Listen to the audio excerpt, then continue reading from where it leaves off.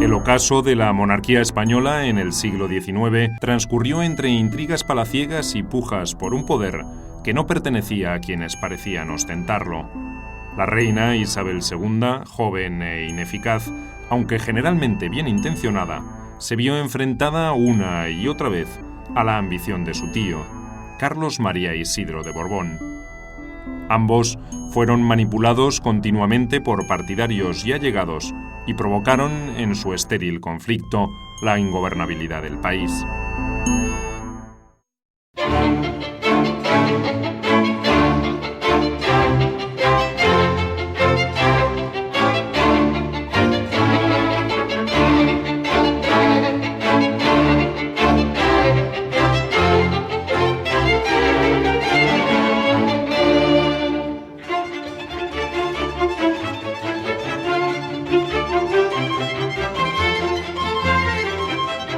Carlos María Isidro de Borbón, Isabel II. El infante Carlos María Isidro de Borbón, hijo de Carlos IV y de María Luisa de Borbón, nació el 28 de marzo de 1788 y era 4 años menor que su hermano Fernando, a quien estuvo entrañablemente unido durante toda su juventud. Tuvo además otros 12 hermanos, entre ellos Carlota Joaquina, nacida en 1755 y que al casarse con Juan VI llegó a ser reina de Portugal; María Luisa Josefina, nacida en 1782 y que por su matrimonio con Luis de Borbón llegó a ser reina de Etruria; y María de la O Isabela, nacida en 1789, quien al casarse con Fernando I se convertiría en reina de Nápoles. Por otro lado, su hermano Fernando se casó en 1802 con María Antonia de Nápoles, aunque ella fallecería 4 años después. Tras el motín de Aranjuez en marzo de 1808 y las intrigas de su propio hijo, Carlos IV tuvo que abdicar en beneficio de Fernando. Para entonces, la presencia del ejército napoleónico en España, en virtud del Tratado de Fontainebleau, se había hecho amenazante y ya se encontraba en las inmediaciones de Madrid.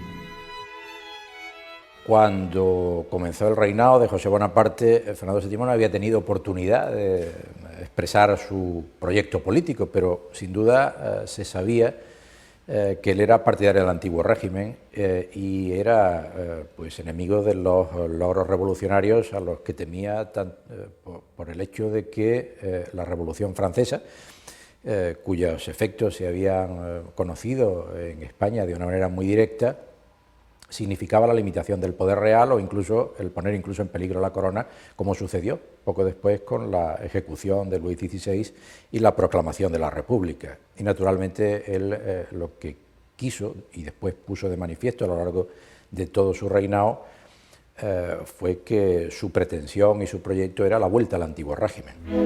Fernando VII, ya proclamado rey, decidió entrevistarse amistosamente con Bonaparte y envió como emisario al infante don Carlos para definir el encuentro. El 19 de abril de 1808, Fernando y Napoleón se abrazaron en Bayona. El emperador solicitó a Fernando que renunciase a los derechos al trono para sí y para sus descendientes, ofreciéndole a cambio la corona de Etruria y una suma importante de dinero. Como Fernando no accediese, Napoleón hizo concurrir a Bayona a Carlos IV, ofreciéndose a restituirle el trono que su hijo le había arrebatado. Luego de una serie de negociaciones e intrigas, Bonaparte consiguió que Fernando abdicase en favor de su padre, no sin antes haber hecho firmar a Carlos IV un tratado por el cual éste delegaba en el emperador la facultad de restablecer el orden. Napoleón había quedado así dueño de España. España había perdido la conciencia de potencia de primer orden, la había perdido ya hace más de un siglo.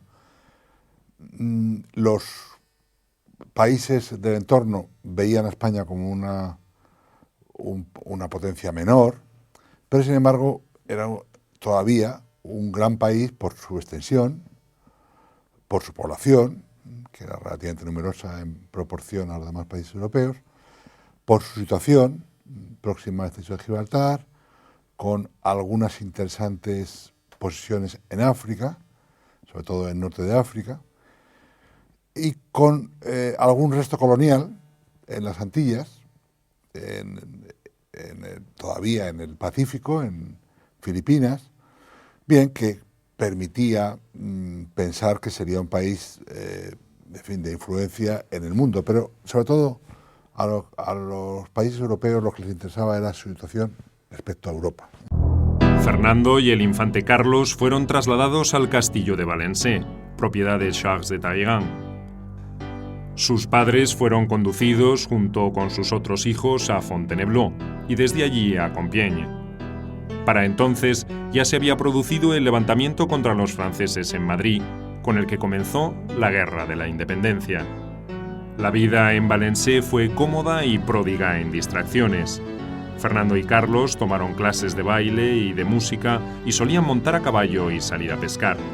Cuando la posición de Napoleón comenzó a debilitarse, el emperador se vio obligado a firmar un tratado con Fernando, el 11 de diciembre de 1813, por el que le reconocían nuevamente como rey de España y las Indias. Fernando y su hermano regresaron a España en marzo de 1814, para encontrarse que en sus 6 años de forzosa ausencia había sido redactada una constitución y se habían producido una serie de reformas liberales. Fiel a una concepción puramente absolutista, Fernando se resistió a esas iniciativas mientras pudo. De tal manera que las reformas liberales que se efectuaron durante las Cortes de Cádiz, simultáneamente al desarrollo de la Guerra de la Independencia, significaban una limitación del poder real que él nunca aceptó. De ahí que durante una primera etapa de su reinado procurara por todos los medios, y realmente lo consiguió, establecer o restablecer la monarquía absoluta. Después de la Revolución de 1820, en que los liberales pudieron hacer prevalecer las reformas que se habían aprobado en Cádiz, Fernando VII no tuvo más remedio que aceptar esas reformas, pero en cuanto pudo, pues volvió a restaurar por segunda vez el absolutismo y la monarquía del antiguo régimen. Y así mantuvo el sistema hasta su muerte en 1833. El infante Carlos fue nombrado presidente del Consejo de Estado y en 1820 lo sería de la Junta de Estado. Contrajo matrimonio en 1816 con su sobrina María Francisca de Braganza, hija de Juan VI de Portugal. Su hermana, Isabel de Braganza, se convertiría ese mismo día en la segunda esposa de Fernando. 2 años más tarde, Fernando volvió a enviudar. El tercer matrimonio de Fernando VII con María Josefa Amalia de Sajonia tampoco dejó descendencia alguna. Sin embargo, Fernando expresó su intención de contraer matrimonio por 4ª vez. La elegida ahora fue su sobrina, María Cristina de Borbón, hija de su hermana María Isabel y de Francisco I de Nápoles. De este 4º matrimonio nació el 10 de octubre de 1830 la infanta María Isabel Luisa. Ese mismo año, Fernando firmó la Pragmática Sanción, contradiciendo la tradicional ley sálica, que limitaba la función monárquica a los varones. La Pragmática Sanción designaba como heredera a su pequeña hija. Fernando VII tuvo 4 mujeres, no tuvo hijos con ninguna de esas mujeres, la tuvo con la última mujer, tuvo a Isabel, y el último Fernando VII es un personaje que había sido emocionalmente muy frío, muy poco afectivo.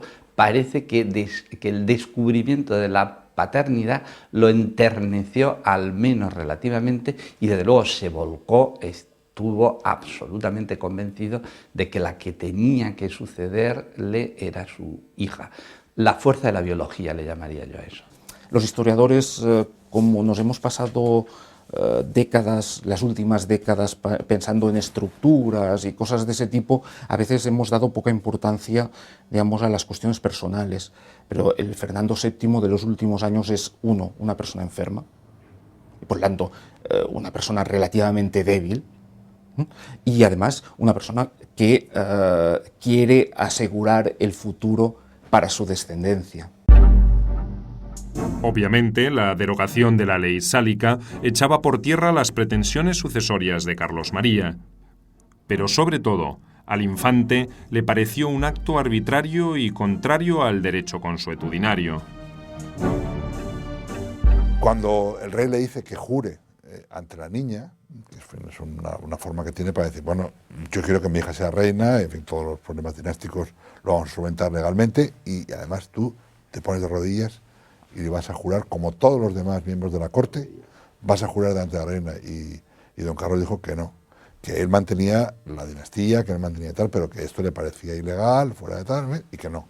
Entonces el rey le dijo, te vas de España y vas a Portugal.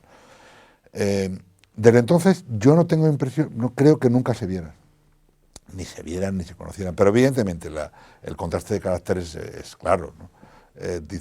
Hay un biógrafo suyo alemán que fue un militar que luchó con él, y dice que era una de las personas más aburridas que ha visto en su vida, más triste, o sea, era un carácter taciturno, triste, poco risueño, en fin, un hombre adusto, poco alegre en definitiva, y Isabel II era todo lo contrario, es decir, no aguantaba sola ni un minuto, en fin, era una mujer alegre. Don Carlos, que se negó a reconocer a Isabel como heredera al trono, debió refugiarse en Portugal. El 30 de enero de 1832 nació la infanta Luisa Fernanda, segunda hija de Fernando VII y la reina María Cristina. La salud del rey comenzó entonces a dar serias señales de declive. Creyéndose morir, accedió al consejo de algunos cortesanos que querían evitar los roces entre él y el infante don Carlos, y derogó la pragmática sanción. Pero luego, al mejorar su salud, entendió que había sido manipulado y anuló dicha derogación. La situación provocó las primeras revueltas de los partidarios del infante don Carlos en Madrid. Como respuesta, Fernando se apresuró a proclamar solemnemente a Isabel como su legítima heredera al trono. Poco después, el 29 de septiembre de 1833, falleció, dejando a María Cristina como regente y reina gobernadora. En los días siguientes se produjeron numerosos levantamientos que fueron en su mayoría rápidamente sofocados. En octubre de ese mismo año, el infante don Carlos tomó para él el título de rey de España con el nombre de Carlos V. Pocos días después, se podía hablar ya de una guerra civil en varias provincias españolas. Lo que los historiadores llamamos la crisis del antiguo régimen termina en 1833. Es decir, que la muerte de Fernando VII significa el triunfo definitivo del liberalismo. Es la muerte del antiguo régimen y el nacimiento del nuevo régimen y la aplicación de las reformas de la revolución liberal. Quedan algunos estertores. El fenómeno del carlismo en España pues es un último intento de restaurar la monarquía del antiguo régimen, el absolutismo, los principios del antiguo régimen, pero en fin, es un último estertor que fracasa en el 39, pero a partir de la muerte de Fernando VII se podría decir que se suprime ya el último obstáculo serio que existía para la implantación de las reformas que se habían aprobado en Cádiz. A fines de 1835, la guerra pasó del ámbito regional al nacional. El ejército cristino, es decir, leal a la regente, bajo las órdenes del general Baldomero Espartero, rompió el sitio de Bilbao y obtuvo importantes victorias sobre los carlistas, pero no pudo acabar con las guerrillas y sus acciones, más espectaculares que eficaces, como atravesar España desde el Cantábrico hasta el Atlántico con menos de 3.000 hombres, u ocupar por poco tiempo ciudades como Valladolid y Segovia. En un primer momento y en un plano teórico, los dos modelos son el modelo de antiguo régimen, por lo tanto, una sociedad feudal en cierto sentido, aunque evidentemente como el feudalismo, digamos, con feudalismo llamamos a un periodo larguísimo, digamos un feudalismo evolucionado y un modelo liberal, tampoco evidentemente un modelo liberal de primer momento, pero yo diría sobre todo lo que distingue los dos modelos es el tema de la propiedad. es decir, del paso de una propiedad compartida, de cierta forma, simplificando mucho, de una propiedad compartida a una propiedad absoluta, lo que hoy llamaríamos una propiedad de tipo capitalista. A la viuda de Fernando VII, que es la que es nombrada regente hasta tanto Isabel II no cumpla la mayoría de edad, no le quedaba otra alternativa, o bien defender los derechos de su hija, y para eso tenía que contar con el apoyo que le ofrecieron los liberales, o ceder el trono a su cuñado, don Carlos María Isidro, que era el que representaba la continuidad del proyecto político del absolutismo, ¿no? Obviamente María Cristina nunca fue de mentalidad liberal. María Cristina no dejó nada escrito, salvo algunas cartas mal redactadas, por otra parte, no una persona culta ni bien formada, pero por lo que sabemos de ella, cuando tuvo oportunidad siempre de manifestarlo, pues no era una persona liberal de mentalidad, ni de conciencia, ni de formación. Pero el oportunismo le llevaba a oponerse a don Carlos, al tío de su hija, de Isabel, que sí que representaba el absolutismo, por lo tanto, en quien tenía que ampararse pues era en otros grupos. En realidad, la cuestión sucesoria no fue más que el pretexto para que emergiera una confrontación larvada entre lo que podríamos llamar las dos Españas tradicionalmente enfrentadas. Se trataba de un choque de modelos de sociedad. En realidad, ni Isabel se identificó nunca rigurosamente con el liberalismo, ni Carlos María con el integrismo ideológico, más allá de un nivel puramente simbólico. No obstante, don Carlos, por su manera de pensar, se hallaba muy próximo al antiguo régimen en sus ideas acerca de las funciones del Estado, la economía y la política. Los puntos clave que generaban en ciertos sectores de la sociedad sus preferencias por el antiguo régimen fueron, en primer término, la Iglesia católica, vinculada al trono del antiguo régimen. En segundo lugar, la forma colectiva de propiedad, que se encontraba en conflicto con el régimen de propiedad individual capitalista del liberalismo. Y finalmente, la política impositiva, puesto que en el antiguo régimen las clases privilegiadas no pagaban impuestos.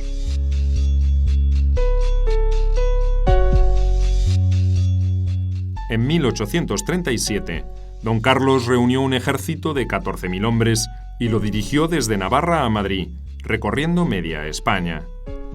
Aquella marcha, conocida como Expedición Real, terminó en nada.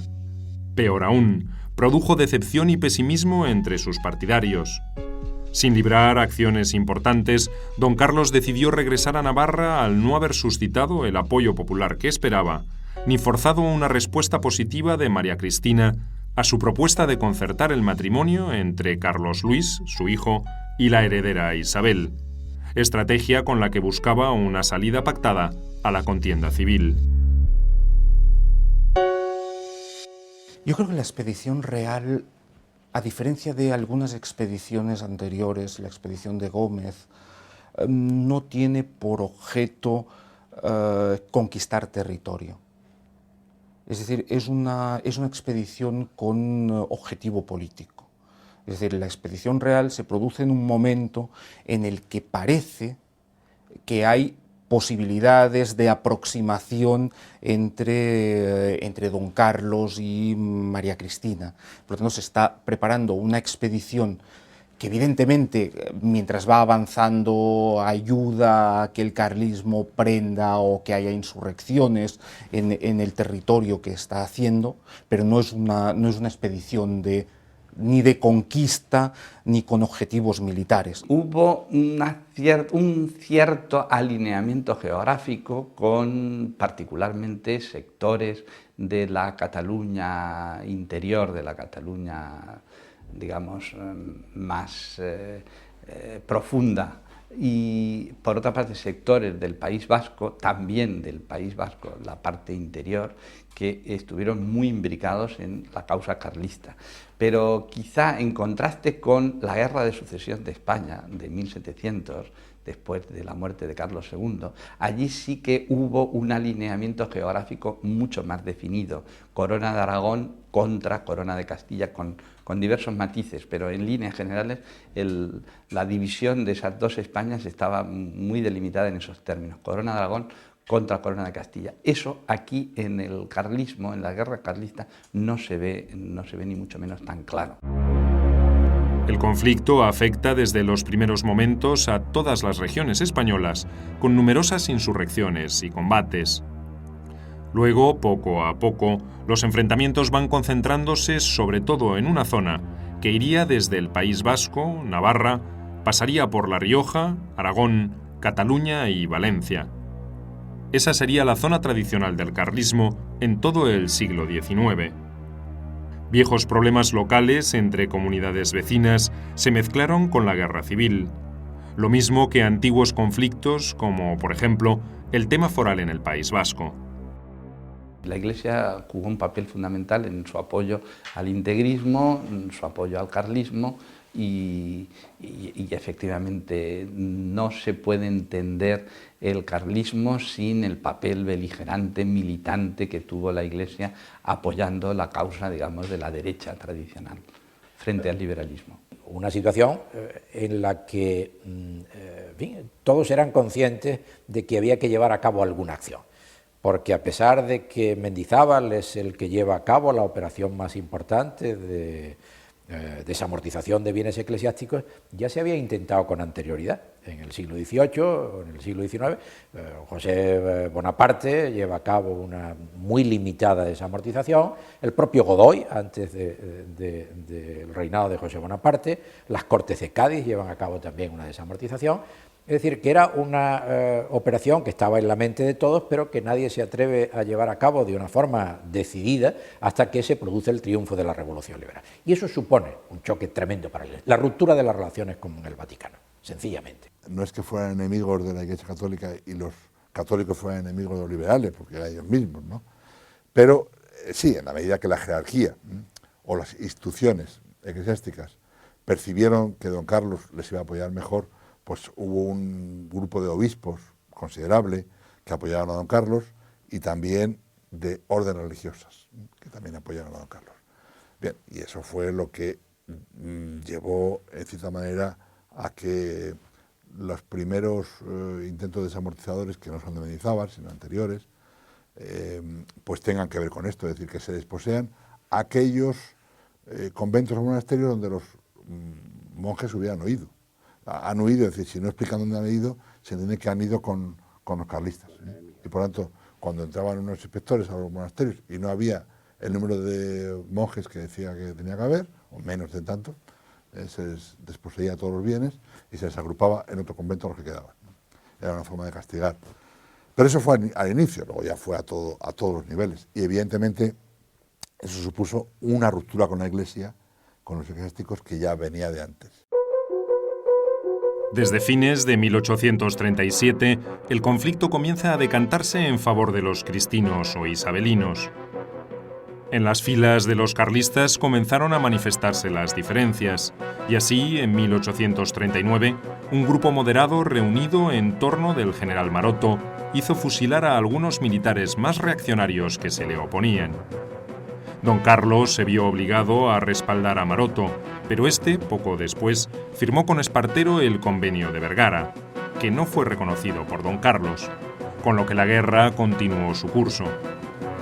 Espartero arrasó entonces con lo que quedaba del ejército carlista en Álava y Navarra, y don Carlos tuvo que huir a Francia, abdicando su proclamada corona en favor de su hijo Carlos Luis en mayo de 1845.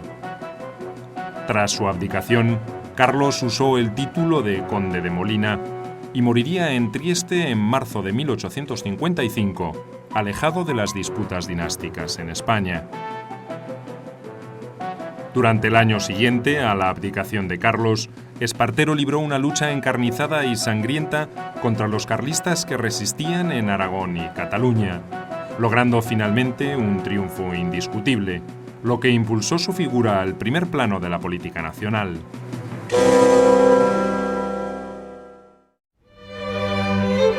Espartero era un progresista, es decir, un representante de los sectores liberales más radicales, y María Cristina prefería apoyarse en los moderados. No obstante, se vio obligada a nombrarlo presidente del Consejo de Ministros el 16 de septiembre de 1840. El 9 de octubre, el nuevo gobierno pidió a María Cristina que aceptase compartir la regencia durante la minoría de edad de Isabel II.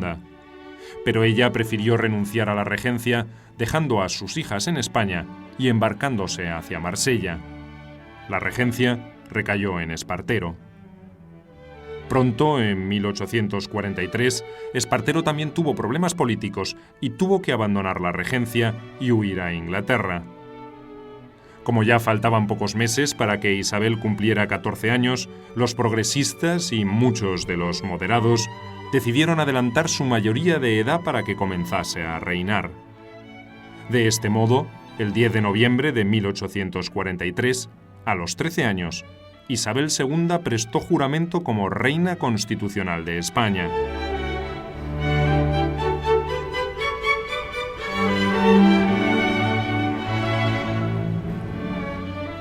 Era una niña sin una educación política adecuada, en un momento particularmente delicado, en el que se estaba consolidando un sistema de monarquía constitucional que exigía una preparación, una habilidad política, que Isabel II nunca llegó a dominar. El problema también de Isabel II es que era una niña, como casi todos los niños, que eran caprichosos. Y como era la reina, pues sus caprichos eran lo que la reina había decidido. Entonces estaba dando clase, que tenía muy pocas, y se levantaba y decía, ya se acabó la clase.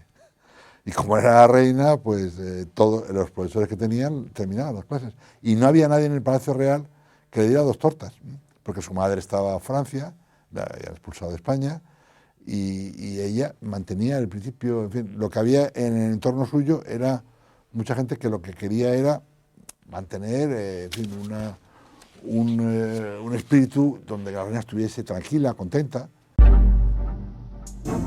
En 1844, la llamada Reina Madre, María Cristina, fue invitada por el gobierno a regresar a España. Se planteó entonces el problema del matrimonio de la joven soberana.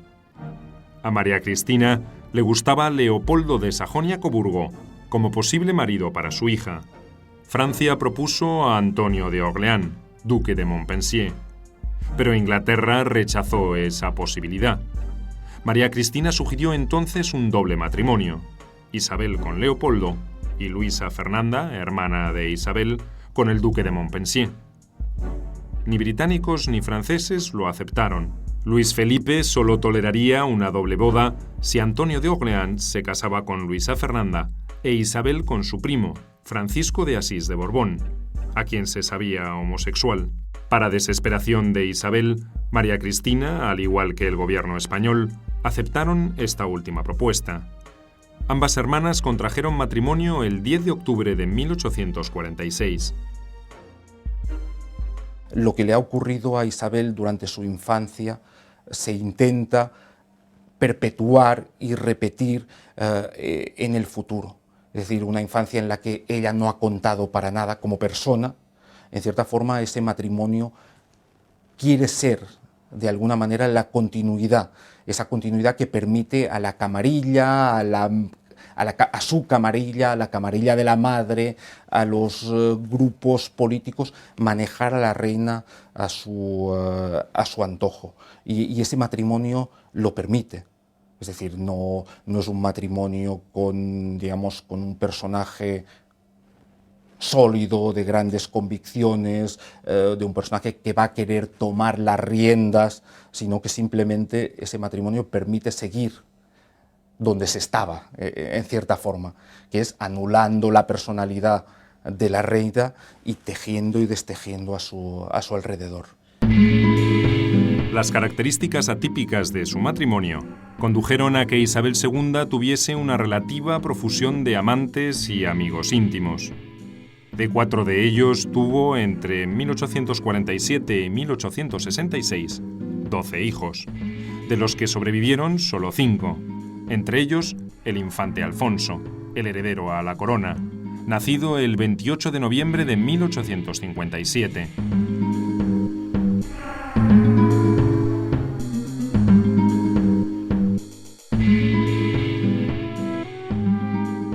Mientras tanto, Entre 1846 y 1849 se produjeron pequeñas insurrecciones carlistas en diferentes lugares, principalmente en Valencia, Cataluña y Toledo.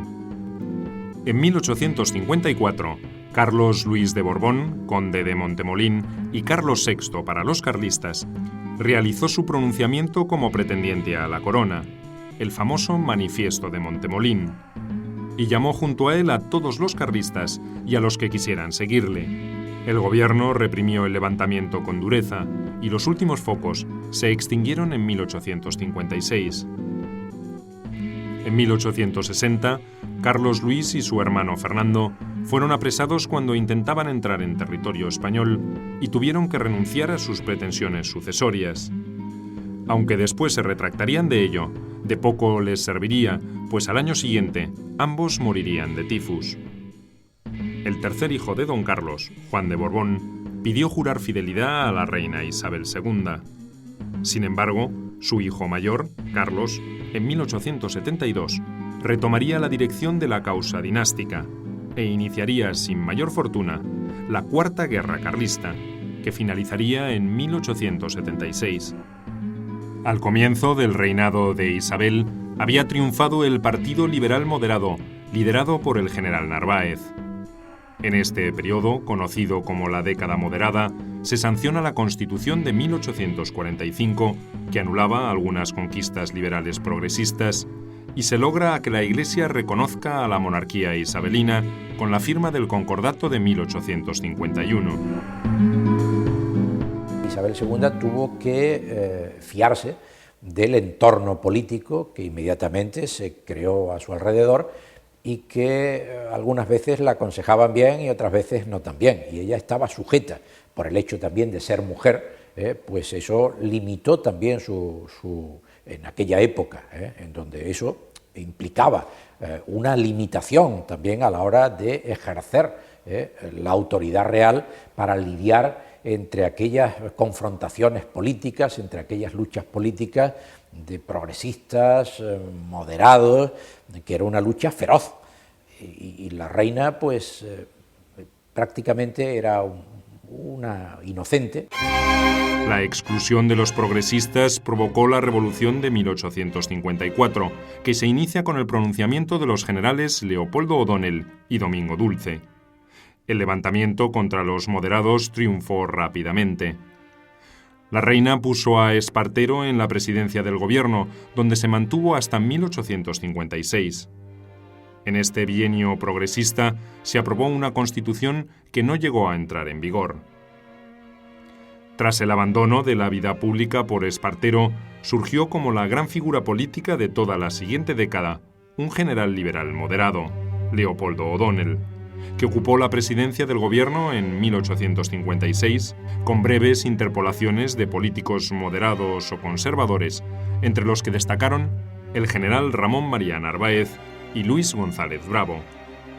En general, esa década fue de recuperación moderada, sin conquistas políticas que destacar, salvo el mantenimiento de la Constitución de 1845 y la aprobación de la muy restrictiva ley electoral del año siguiente.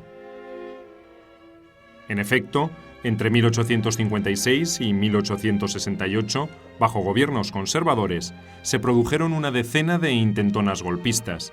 La más importante y definitiva de ellas terminó con el reinado de Isabel II. Tras la caída de O'Donnell en 1863, se inició la última etapa del reinado de Isabel II, en general de tendencia moderada y contemporizadora. Sin embargo, eso no logró frenar la creciente descomposición política, el desfile de gabinetes que apenas dejaron rastro político. Ni siquiera el regreso de O'Donnell en el 65 logró estabilizar la situación, debiendo afrontar diversas sublevaciones que terminaron por causar su retirada de la vida pública. El general Narváez tampoco logró controlar la situación, y menos aún, la dureza represiva del gobierno de González Bravo.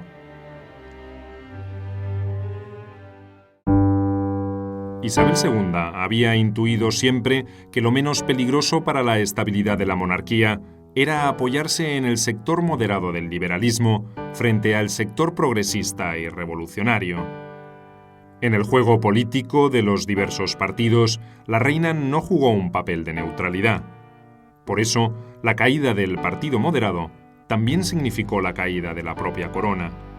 A partir de 1866 fue profundizándose la crisis económica y financiera española. Las arcas del tesoro estaban virtualmente vacías y los títulos de la deuda a precios muy bajos. Esta crisis no era específica de España, sino que afectaba a toda Europa. El 18 de septiembre de 1868, la Armada, en Cádiz, se pronunció al grito de «Abajo los Borbones y viva España». El mismo día, el general Juan Prim lanzó una proclama incendiaria: «¡A las armas, ciudadanos! ¡A las armas!». El gobierno de González Bravo dimitió de inmediato. Isabel, que estaba de vacaciones en Guipúzcoa, fue destronada, y el 30 de septiembre de 1868 marchó al exilio en Francia, instalándose en París. En 1870 abdicó en favor de su hijo Alfonso. El siglo XIX español es un siglo complicado, convulso. Hay algún historiador que ha llegado a contar por cientos, incluso por miles, el número de revoluciones, pronunciamientos, golpes, intentonas, etcétera, a lo largo de los 100 años de historia política del siglo XIX español.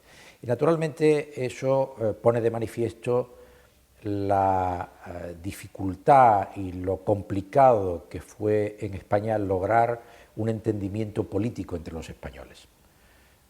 Los continuos cambios que se produjeron a lo largo del siglo XIX, y ya no digo crisis de gobierno, sino digo cambio de regímenes políticos, incluso ponen de manifiesto lo difícil que ha sido en este país el llevar a cabo un entendimiento entre los españoles para proporcionar una estabilidad política que propicie, por otra parte, la posibilidad de llevar a cabo realizaciones en otro orden de cosas, económico, social, etcétera, etcétera. 4 años después, en 1874, se restauraría la monarquía borbónica, proclamándose rey de España a Alfonso XII. Isabel volvió a España. Hasta 1877 vivió en Sevilla, pero luego decidió volver a instalarse en París, donde también vivía su madre. Allí, en la capital francesa, en la mañana del 9 de abril de 1904, producto de una complicación pulmonar, muere Isabel II. Sus restos fueron trasladados al Escorial y depositados allí, en el Panteón de los Reyes.